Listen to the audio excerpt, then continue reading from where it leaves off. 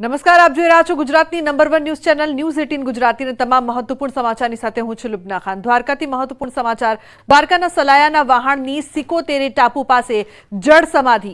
સલાયાના વહાણ વટી Hanif Hasam સંઘારની માલિકીનું 750 ટનની capacity ધરાવતું Safina અલ જિલાની વહાણની જળ સમાધિ। વહાણમાં સવાર 9 ખલાસીઓમાંથી 8નો આબાદ બચાવ થયો છે। એક ખલાસીની શોધખોળ હજુ પણ ચાલુ છે। તો ખરાબ હવામાનને લઈને વહાણમાં પાણી ભરાતા વહાણ પાણીમાં ગરકાવ થયો છે।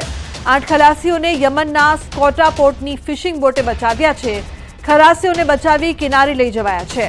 સલાયાના વહાણના જળ સમાધિથી સલાયામાં શોકની લાગણી જોવા મળી રહી છે। ઉલ્લેખનીય છે કે ખરાબ હવામાનના કારણે જળ સમાધિ લીધી આ બોટે। સલાયાની આ બોટની જળ સમાધિમાં 9 ખલાસી સવાર હતા, જેમાંથી 8નો આબાદ બચાવ થયો છે, જ્યારે એકની શોધખોળ હજુ પણ ચાલુ છે। ખલાસીની અત્યારે પણ શોધખોળ ચાલી રહી છે। તો મહત્વનું છે કે જે પ્રકારથી ખરાબ હવામાન છે, સફીના વહાણની 750 ટનની કેપેસિટી હતી અને એકાએક ખરાબ હવામાનના કારણે આ વહાણે જળ સમાધિ લીધી હતી। હાલ શોકનો માહોલ જોવા મળી રહ્યો છે, કારણ કે એક ખલાસીની હજુ સુધી તેનો પતો હજુ સુધી નથી લાગ્યો। જે પ્રકારથી 9 ખલાસીઓ સવાર હતા સફીના અલ જિલાની વહાણ પર, જેમાંથી એકની શોધખોળ ચાલી રહી છે, તેનો હજુ સુધી કોઈ પતો નથી લાગ્યો।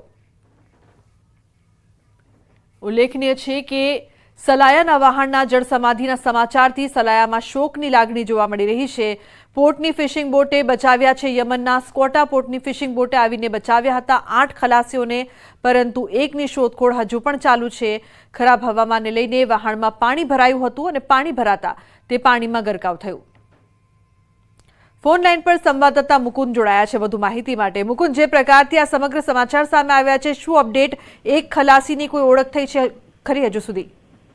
જી, વાત કરવામાં આવે તો સલાયાનું વહાણ છે તે સિકોતેર ટાપુ પાસે જળ સમાધિ લીધી હતી। સલાયાના વહાણ વટી હનીફ હાસમ સંઘારની માલિકીનું 750 ટન જેટલી કેપેસિટી ધરાવતું વહાણ છે તે સફીના અલ જિલાની વહાણની જે છે તે જળ સમાધિ લીધી હતી। વહાણમાં 9 ખલાસીઓ હતા, જેમાંથી 8 ખલાસીઓનો જે અન્ય બોટ છે તેમને આબાદ બચાવ કરી લીધો છે, જ્યારે એક ખલાસીની શોધખોળ શરૂ કરવામાં આવી છે। ત્યારે સલાયાનું જે વહાણ છે તે દરિયામાં ડૂબી જતા સલાયામાં પણ શોકનું મોજું જોવા મળ્યું છે। જી બિલકુલ, આભાર સમગ્ર માહિતી બદલ। તો ભારે પવનના કારણે ટાપુ નજીક વહાણ ડૂબ્યું। તો નવસારી જિલ્લાના ચીખલીના આલીપુર ગામે આગ લાગવાની ઘટના બની છે।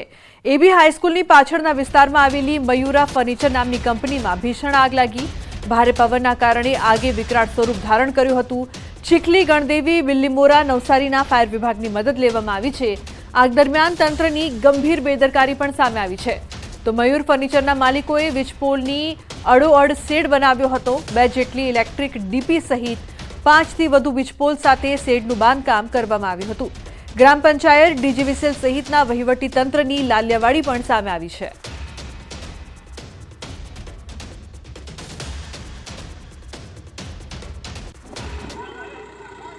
નવસારી જિલ્લાના આલીપુર ગામે આવેલી મયુરા ફર્નિચરમાં લાગેલી આગની ઘટનાને પગલે નવસારી જિલ્લા વહીવટીતંત્ર સહિત તમામ વિભાગના અધિકારીઓ દોડતા થઈ ગયા છે। એટલા માટે કે જે રીતના મયુરા ફર્નિચરમાં આગ લાગી હતી અને બાજુમાં જ રહેણાંક મકાનો આવેલા છે, એને લઈને તમામ ડિપાર્ટમેન્ટો દોડતા થઈ ચૂક્યા છે। પરંતુ સૌથી મોટો સવાલ એ છે કે જે રીતના કંપનીના ભાગીદારોએ બેદરકારી દાખવી છે કે કંપનીની અંદર આવેલ જે ઇલેક્ટ્રિક ડીપી છે અને ડીપીની અડોઅડ શેડો ઊભા કરી દેવામાં આવ્યા હતા અને ક્યાંક આ પણ કારણ હોઈ શકે કે એના કારણે શોર્ટ સર્કિટના કારણે આગ લાગી હોય, પરંતુ સ્પષ્ટ કારણ હજુ સુધી અધિકારિક તौर પર સામે નથી આવ્યું કે કયા કારણોસર આ કંપનીમાં આગ લાગી છે। પરંતુ સૌથી મોટો એ સવાલ છે કે ક્યાં સુધી વહીવટીતંત્ર આવી બેદરકારીઓ ચલાવતી રહેશે અને લોકોના જીવ સામે જોખમ ઊભું કરતું રહેશે। શું આવી ઘટનાઓ બન્યા બાદ જ વહીવટીતંત્ર જાગશે? જેવા તમામ જે સવાલો છે એ હાલ સામે આવી રહ્યા છે। એટલા માટે કે જ્યારે પણ આવી ઘટનાઓ બને છે અને ત્યારબાદ જ વહીવટીતંત્ર જાગતું હોય છે। આ ઘટના બાદ પણ વહીવટીતંત્રએ તમામ આદેશો આપી દીધા છે કે કોઈ પણ આવી ઘટનાઓને સાંખી લેવામાં નહીં આવશે અને આ કંપનીના માલિકો વિરુદ્ધ પણ કાયદેસરની કાર્યવાહી હાથ ધરવામાં આવશે। પરંતુ આગ લાગવાની ઘટના પહેલા શું વહીવટી તંત્રની નજરે આ ગંભીર બેદરકારીઓ સામે નહીં આવી હતી? દક્ષિણ ગુજરાત વીજ કંપનીના અધિકારીઓ શું કુંભકર્ણની ઘોર નિંદ્રામાં હતા કે એમને જે રીતના કંપનીના માલિકોએ ડીપીને અડોઅડ શેડ બનાવી દીધા હતા, શું ગ્રામ પંચાયતની નજરે આ દ્રશ્યો સામે નહીં આવ્યા હતા કે શું આ ઘટનાની રાહ જોઈ રહ્યા હતા? આવા તમામ સવાલો સામે આવી રહ્યા છે. પરંતુ હાલ જે આગ પર કાબુ છે એ નવસારી જિલ્લાના જે તમામ જે નવસારી વિજલપુર નગરપાલિકા, બિલ્લીમોરા, ચીખલી તેમજ ગણદેવીના ફાયર ફાઇટરોએ કાબુ મેળવી લીધો છે. પરંતુ હજુ પણ આ સવાલો સામે ઊભા છે કે આવી ઘટનાઓ બાદ પણ શું વહીવટી તંત્ર જાગશે ખરું? ભાવિન પટેલ, ન્યૂઝ 18 ગુજરાતી, નવસારી. તો ચોમાસાને લઈને સૌથી મોટા સમાચાર. કેરળમાં ચોમાસાની દસ્તક. દેશમાં ચોમાસાની દસ્તક જોવા મળી રહી છે. કેરળ અને પૂર્વોત્તર એક સાથે પહોંચ્યું ચોમાસું. સમય કરતા વહેલું બેઠું છે દેશમાં ચોમાસું. સામાન્ય રીતે 1 જૂને બેસે છે દેશમાં ચોમાસું. આ વખતે મે મહિનામાં જ દેશમાં ચોમાસાની દસ્તક જોવા મળી રહી છે.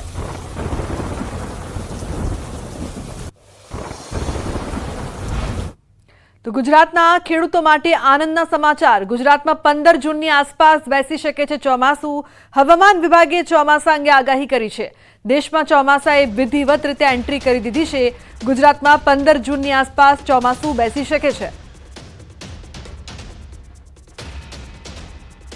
30 मई को केरला के ऊपर मानसून ऑनसेट हो गया है और साथ में ही most part of north east India को, और जो गुजरात के लिए जो मानसून ऑनसेट प्रोग्रेस की नॉर्मल डेट है वो 15 जून, यानी 15 जून के आसपास गुजरात पे मानसून प्रोग्रेस करेगा. આકરી ગરમીમાં મળશે ગુજરાતીઓને મોટી રાહત. ફૂંકાશે તેજ પવન. ગરમીમાંથી આંશિક રાહત મળશે. 3 દિવસ સુધી ગુજરાતમાં ફૂંકાશે તેજ પવન. રાજ્યના 4 જિલ્લામાં 3 દિવસ સુધી વિન્ડ એલર્ટ રહેશે. ગુજરાતના 4 જિલ્લામાં આંધી વંટોળની પણ આગાહી છે. બનાસકાંઠા, પાટણ, કચ્છ, સુરેન્દ્રનગર માટે આગાહી કરવામાં આવી છે. તો 25 થી 30 કિલોમીટરની ઝડપે ફૂંકાઈ શકે છે પવન. છેલ્લા 24 કલાકમાં ગુજરાતમાં સૌથી વધુ 42.8 ડિગ્રી તાપમાન અમદાવાદમાં નોંધાયું છે. आज कल और परसों के लिए strong wind, surface wind prevail करेगी पूरे गुजरात रीजन के लिए, और उसकी स्पीड होगी 25 से 30 किलोमीटर पर आवर की. और सौराष्ट्र, कच्छ और पाटन, सुरेंद्रनगर और बनासकांठा के लिए डस्ट स्टॉर्म की वार्निंग दी गई है आने वाले 3 दिनों के लिए, यानी आज, कल और परसों के लिए. और मैक्सिमम टेम्परेचर रियलाइज की बात करेंगे तो अहमदाबाद और गांधीनगर में जो मैक्सिमम टेम्परेचर रियलाइज हुआ है वो अहमदाबाद का 42.8 और गांधीनगर का 42.5 degree Celsius maximum temperature realize हुआ है. और जो फोरकास्ट दिया जा रहा है अहमदाबाद और गांधीनगर के लिए मैक्सिमम टेम्परेचर का, वो 43 डिग्री सेल्सियस का मैक्सिमम टेम्परेचर का फोरकास्ट आज के लिए दिया जा रहा है. તો હવામાન વિભાગે આંધી સાથે વરસાદની આગાહી વ્યક્ત કરતા દક્ષિણના દરિયા કિનારે કરંટ જોવા મળી રહ્યો છે. વહીવટીતંત્રએ વલસાડના તિથલના દરિયા કિનારે આવતા પ્રવાસીઓને દરિયા કિનારે નીચે ઉતરવાની મનાઈ ફરમાવી છે. આગામી સમયમાં દરિયો તોફાની રહેવાની શક્યતા અને આગાહીને પગલે જિલ્લા વહીવટીતંત્ર દ્વારા નિર્ણય લેવાયો છે. દરિયા કિનારા વિસ્તારમાં 60 કિલોમીટરથી વધુ ઝડપે પવન ફૂંકાવાની શક્યતાઓ વ્યક્ત કરવામાં આવી છે. उगनगाई 29 की 2 जून